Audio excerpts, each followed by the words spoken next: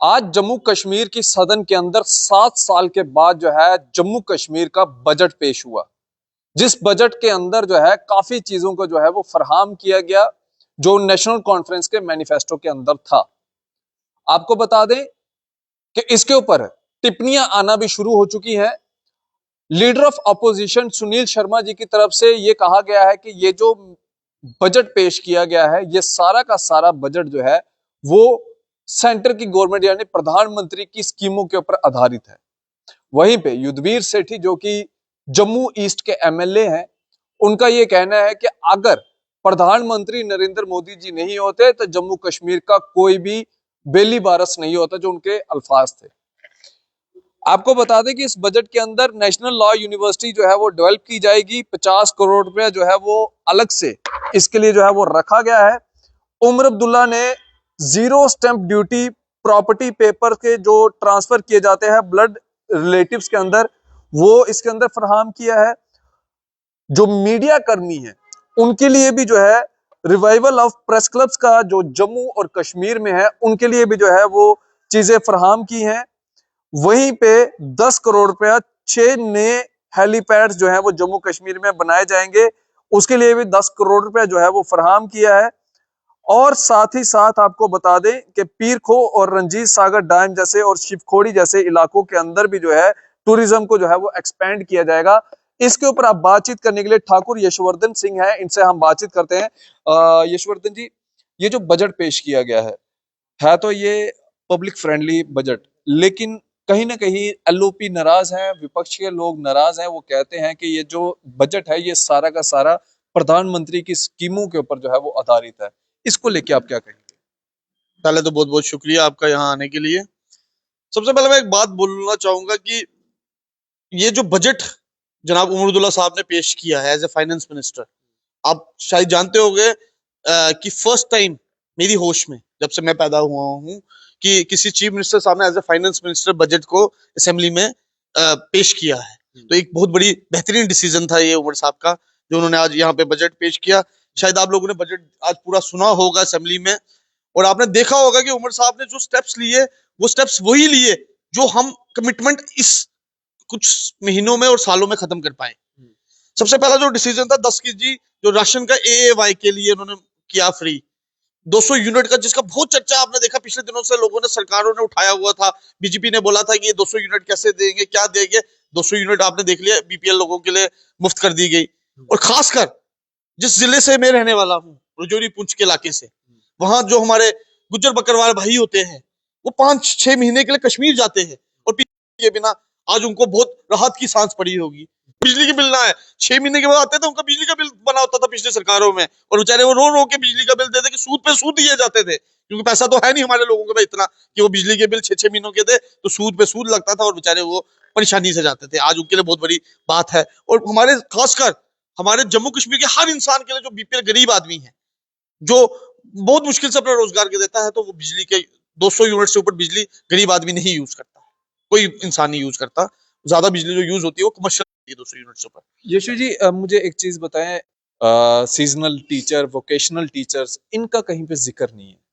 Main issues ये थे, main agenda ये थे, इनके इनके बारे में कब सोचा जाएगा? क्योंकि आपको याद होगा उमर साहब ने ये कहा था कि सरकार बनते ही पहली कैबिनेट के अंदर जो है डेली वेजेस का फैसला लिया जाएगा। वो फैसले जो है अभी तक बंद बिस्तरे में पड़े हैं, उनको कब वो बिस्तरा खोला जाएगा, कब वो बैग जो है वो खोला जाएगा? देखिए 10 साल के बाद नेशनल कॉन्फ्रेंस की सरकार वापस आई। 2014 से 2024 तक यहाँ कोई नेशनल कॉन्फ्रेंस की सरकार नहीं थी, सेंटर की सरकार थी। उससे पहले बीजेपी और पीडीपी की सरकार रही।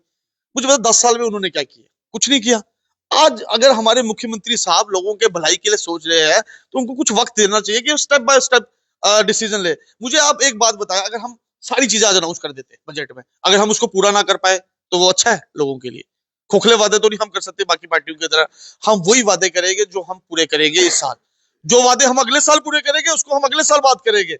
हम वो वादे नहीं करेंगे जो वादे हम आज लोगों से करते झूठे वादे और उस पूरे। और मैं आपको एक बात बता देना चाहता हूँ कि जो बात आपने की डेली वेजेस की, जो बात आपने बाकी चीजों की वो वादे जरूर पूरे होंगे, पर उसके लिए कुछ वादे सेंट्रल हुकूमत को भी हमारे साथ पूरे करने पड़ेंगे। कुछ वादे हमारे माननीय हमारे प्राइम मिनिस्टर साहब जी को भी हमारे साथ पूरे करने पड़ेंगे। जो वादे मेरे से ठाकुर यशोवर्धन सिंह के साथ नहीं की गई है, नेशनल कॉन्फ्रेंस की सरकार के साथ नहीं किया गया है, जम्मू कश्मीर के लोगों के साथ वादे किए गए हैं कि इलेक्शन होने के बाद हम स्टेटहुड को रिस्टोर कर दिया जाएगा। मैं आपको यकीन दिलाना चाहता हूं, अगर स्टेटहुड को रिस्टोर कर दिया गया होता अभी तक, तो मैक्सिमम चीजें आज पूरी हो चुकी होती जम्मू कश्मीर के लोगों के लिए। कुछ वादे उनको भी पूरे करने पड़ेंगे। अगर हमें जम्मू कश्मीर की भलाई देखनी है तो कुछ चीजें उन्हें करनी पड़ेगी, कुछ फैसले हमें लेने पड़ेंगे।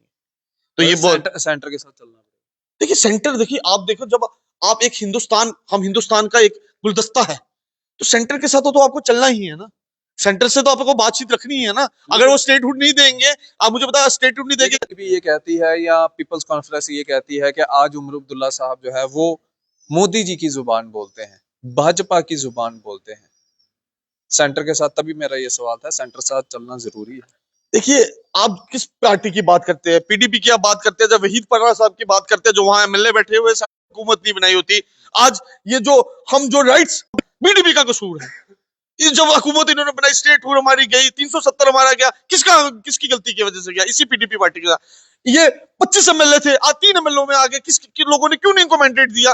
क्योंकि इन्होंने जम्मू कश्मीर के लोगों के साथ धोखा किया। और अब मीडिया में जाके बोलते हैं कि हाँ ठीक है कुछ ना कुछ, पर कुछ इसमें कमियां हैं। तो जनाब कमियां तो हर इंसान में कमी होती है, हर बंदा साफ दिल का तो नहीं होता। हम आज आपको बोल रहे हैं कि आज मैक्सिमम वादे हमने लोगों से पूरे किए जो इलेक्शन में हमने किए थे, कुछ वादे रह गए, अब थोड़ा टाइम दीजिए। 5 महीने में अगर हम ये चीजें कर सकते हैं तो अभी हमारे पास 4.5 साल का वक्त पड़ा हुआ है। हमने बोला था कि हम सारे वादे पूरे करेंगे, पर आप सेंट्रल हुकूमत को भी तो बोलिए कि कुछ वादे पूरे कीजिए जो उन्होंने किया है। और बाकी उमर साहब जो हमारे लीडर है, वो किसी की जबानी नहीं बोलते हैं। उमर साहब जो दिल में आता है वो करते हैं, और गरीब लोगों के लिए बात करते हैं हमेशा। अगर उनको लगता है कि गरीब लोगों के लिए ये चीज करना जरूरी है तो वो हमेशा करते हैं। उमर अब्दुल्ला साहब जैसा लीडर हमेशा गरीब लोगों की सोचता है। उमर अब्दुल्ला साहब जम्मू कश्मीर के लोगों के लिए सोचते हैं, उनको बाहर के लोगों के लिए नहीं सोच रहा, उनको जम्मू कश्मीर के लोगों का हमेशा सोचना है। तो मैं आपको बोलूंगा कि अपना फायदा करने के लिए, अपना काम करने के लिए हमें किसी से दोस्ती करनी पड़े, दुश्मनी करने के पड़े, पर हमें अपना फायदा करवाना है और अपने लोगों का फायदा कराना है। आप इतने अच्छे जर्नलिस्ट, हमें हर इंसान से बातचीत करनी पड़ेगी। बातचीत से कोई छोटा नहीं होता है, बातचीत करनी पड़ती है, अपने लोगों के काम करवाने पड़ते हैं। कोई काम हमारे कहीं फंसे हो गए, वो काम कराने पड़ते हैं। तो मैं आपको ये बात बोलना चाहूंगा, एक बहुत बड़ा स्टेप उमर अब्दुल्ला साहब ने लिया। आपने देखा होगा ट्रांसपोर्टेशन का, कि लेडीज के लिए जो ट्रांसपोर्टेशन उन्होंने मुफ्त की है। कोई छोटी बात है ये? क्या छोटी बात है कि आज हमारी माताएं बहनें ट्रांसपोर्टेशन में जाएगी और कोई किराया नहीं लगेगा? उसके ऊपर भी सवाल खड़े कर रहे हैं कि पहले रजिस्ट्रेशन करवाने पड़ेगी, उसके बाद कहीं जाके अप्रूवल होगा तो फिर जाके मुफ्त। देखिए जो डॉक्यूमेंट सिस्टम है वो आपको इसके, जब आज ही बजट पेश हुए उसके बाद आपके पास इसका सिस्टम आ जाएगा कि कैसे करना है। देखिए वो टेक्निकल काम तो अफसरों का हम करेंगे। आप जहां उनको दिक्कत आएगी, लेडीज को आएगी, हम लोग बैठे हुए हैं रजौरी जिला में, मैं बैठा हुआ हूँ, तो हम हर चीज को गाइड करें। जैसे आप पेंशन वाली बात है, ये भी बात कह रहे थे कि 1000 रुपए से 1500 कर दिया, 1500 से 2000 कर दिए कहीं कहीं।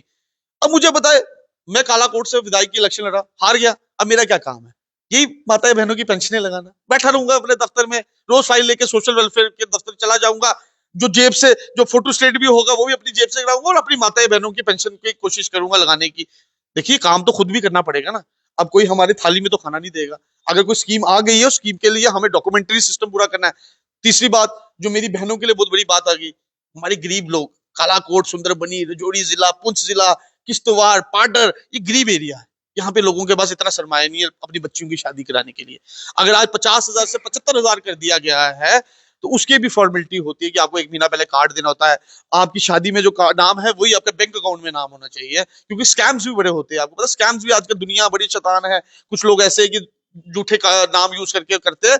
तो प्रॉपर तरीके से करें। जहां हमको तकलीफ आएगी, हम लोग किस लिए बैठे, पब्लिक रिप्रेजेंटेटिव को बैठे।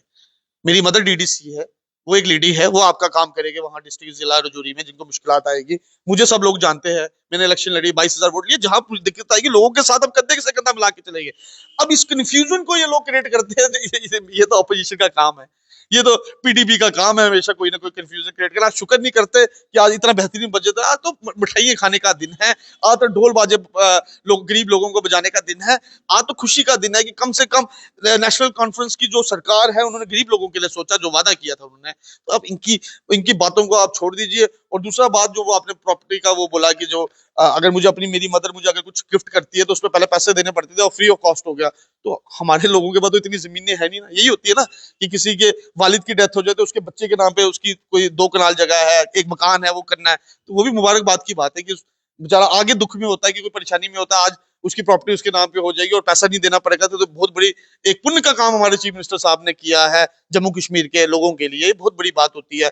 साथ ही साथ देखिए, बिजली की बात आपसे मैंने पहले ही की कि लोग बड़े तकलीफ में थे। आप क्या कहते हैं कि आप खुश नहीं है कि 200 यूनिट बिजली हमारे बीपीएल के लोगों को मिले? आपसे भी पूछ रहे तो खुश है लोग। लोग आज मुझे फोन पे फोन कर रहे हैं, मुबारकबाद पेश कर रहे हैं कि हमने आपको असेंबली में नहीं भेजा पर आपने हमें तोहफा दे दिया। अभी फोन तब से आपके आने से पहले 2 साहब को लोग दुआएं दे रहे हैं। शेख अब्दुल्ला साहब के पोते ही थे जिन्होंने इतना बड़ा डिसीजन लिया। आम आदमी का चीफ मिनिस्टर साहब ने इतना लिया। और मुझे ये बात कह रहे थे कि जिन लोगों को काला कोर्ट से असेंबली में भेजा गया वो वहां कुछ बोलते ही नहीं है, वो बात ही नहीं करते। आपको हमने तब भी देखा, आप स्पीकर गैलरी में आज बैठे हुए थे, कल भी बैठे हुए थे, आपने बजट को सुना, आप हम लोगों की तकलीफ को सुन रहे हैं। और मैंने लोगों को बोला कि 31 मार्च तक मैंने 6 महीने तक एमएलए कालाकोट को टाइम दिया था लोगों की तकलीफों को दूर करने का, पर इन्होंने तकलीफों को दूर नहीं किया, लोगों की तकलीफों को और तकलीफ लाई। अब ये जो बजट है इसका भी प्रोपोगंडा करेंगे। मैं रब का वास्ता अपने कालाकोट के एमएलए साहब को बोलना चाहता हूँ कि जो स्कीमें हमारी पार्टी ने दी है उसको कम से कम लोगों तक जाने देना, तंग ना करना लोगों को कि वहां भी खुद के निकालेंगे कि जिस लड़की ने मुझे वोट दिया होगा बोलेगे इसको इसको 75,000 रुपए नहीं मिलना चाहिए शादी के लिए। मत करना। National conference, BJP, Congress, PDP, इस सियासत से उठना है हमने और गरीब लोगों का अपने भला करना है। पार्टी पॉलिटिक्स नहीं चलानी इन स्कीमों में। हर इंसान को बिजली मुफ्त होनी चाहिए, हर बंदे को रोड की कनेक्टिविटी मिलनी चाहिए। पिछले दिनों में मेरी मदर ने पीएमजीएसवाई का सर्वे करवाया, हर जगह हर पंचायत में हमने करवाया सर्वे। और हमने कहा पहले सबसे पहले जो रोड है वो बीजेपी के लोगों के घर पहुंचे, उसके बाद मेरे नेशनल कॉन्फ्रेंस के लोगों के घर पहुंचे। उनको भी यकीन होना चाहिए कि ये ठाकुर यशपाल सिंह का जो बेटा है ये वोटों की सियासत नहीं करता। देखो, वोट था एक दिन, लोगों ने मुझे सोचा होगा कि अभी असेंबली में जाने के काबिल नहीं है, बहुत जिंदगी है। अल्लाह ताला मेरे भगवान मेरे भाई गुरु ने चाहा तो अगर ऊपर वाले ने सेहत बख्शी तो हमें फिर मौका मिलेगा असेंबली में जाने का। लोगों की आवाज उठाने के लिए मैंने जाना था। और आज मैं अगर असेंबली में होता तो आप देखते कि एक नौजवान चेहरे से नौजवानों की बात भी उठती। ये नौजवानों के लिए भी एक प्रॉब्लम होगी ना। अगर मेरा जैसा कोई नौजवान जाता असेंबली में तो नौजवानों की बात करता है, उधर कोई नौजवान लीडर ही नहीं है। एक हमारी बीजेपी की लीडर जीती है शगुन प्रहार जी, उनको इतनी अभी नॉलेज नहीं है। महराज मलिक जी है, नौजवानों की बात करते हैं पर वो गुस्सा बड़ा जल्दी खा जाते हैं। मैं उनको अपने भाई को एडवाइस देना चाहूंगा कि जो काम प्यार से हो जाए। 10 साल का बवाल है ना, निकलता है ना। तो गुस्सा तो निकलेगा ही। वो तो मैं भी होता, तो मैं भी अगर असेंबली में होता मैं भी गुस्से से ही निकलता। मैं भी अपने लोगों के लिए बात सुन नहीं सकता, अपने गरीब लोगों की आवाज उठाने के लिए हमेशा तैयार रहता हूँ। तो ये गुस्सा जायज है। महराज मलिक साहब गुस्सा करते हैं, उनको गुस्से में काबू रखना चाहिए पर अपने लोगों के काम करने की कोशिश करनी चाहिए। ये मौका है हमारे पास कि जम्मू कश्मीर के लोगों का काम किया जाए उमर सरकार से। और मैं अपनी पार्टी की लीडरशिप को भी मुबारकबाद पेश करना चाहता हूं कि जो मैंडेट हमें नेशनल कॉन्फ्रेंस के लोगों को दिया और यहाँ से जो विधायक बना के हमने हुकूमत बनाई, आज उमर साहब ने मास्टर स्ट्रोक खेली। इसको बोलते हैं मास्टर स्ट्रोक। अभी तो क्रिकेट मैच पूरा बाकी है। बिल्कुल सही कहना है ये ठाकुर यशवर्धन सिंह जी का। मेरा रोजा है, अगर रोजा नहीं होता तो मैं भी लड्डू खाता और इनके भी मुंह में देता लड्डू, लेकिन मेरा रोजा है, शाम को जरूर मिठाई खाएंगे। लेकिन इस बजट के अंदर बड़ा ही इको फ्रेंडली बजट ये बनाया गया है। बेशक प्रधानमंत्री जी की स्कीमों को भी इसमें लाया गया है। प्रधानमंत्री कोई दूसरे देश के प्रधानमंत्री नहीं है, वो हमारे ही प्रधानमंत्री है। अगर वो हमारे प्रधानमंत्री है, उनकी स्कीमें अगर जम्मू कश्मीर में है, अगर उसको एनहांस किया है तो अच्छी बात है। बाकी रही बात स्टेटहुड की, तो मुझे उम्मीद है जो गवर्नर एड्रेस हुआ उसके अंदर इस बार स्टेटहुड का जिक्र हुआ है। उम्मीद करते हैं कि 2025 खत्म होने से पहले स्टेटहुड जो है वो जम्मू कश्मीर की रिस्टोर हो जाए। और इसके ऊपर लगातार उमर सरकार जो है, खुद उमर अब्दुल्ला साहब जो है, बार बार दिल्ली का दरवाजा खटखटा रहे हैं और ये कह रहे हैं कि जम्मू कश्मीर को रियासत का दर्जा जो है वो जल्द से जल्द जो है उसको बहाल कर दें। आप अपनी राय इस वीडियो के कमेंट सेक्शन में जरूर रखिएगा। लेकिन जाते जाते एक बात जरूर कहूंगा, मेरे डेली वेजेस भाई, मेरे एनवाईसीज, मेरे कैजुअल लेबर्स, मेरे जितने भी रहबरे जंगलात, रहबरे तालीम और जितने भी वोकेशनल सीजनल टीचर्स हैं वो मायूस ना हो। अगली बार इंशाल्लाह ताला अगली बार आपके लिए कुछ ना कुछ, ज्यादा बड़ा तो नहीं कहूंगा लेकिन मीडियम साइज का कुछ ना कुछ आपके लिए पिटारे में जरूर होगा। अब इसी तरह से बढ़ रहे द न्यूज़ नाउ के साथ, मुझे दीजिए इजाजत। आदाब, अस्सलाम वालेकुम।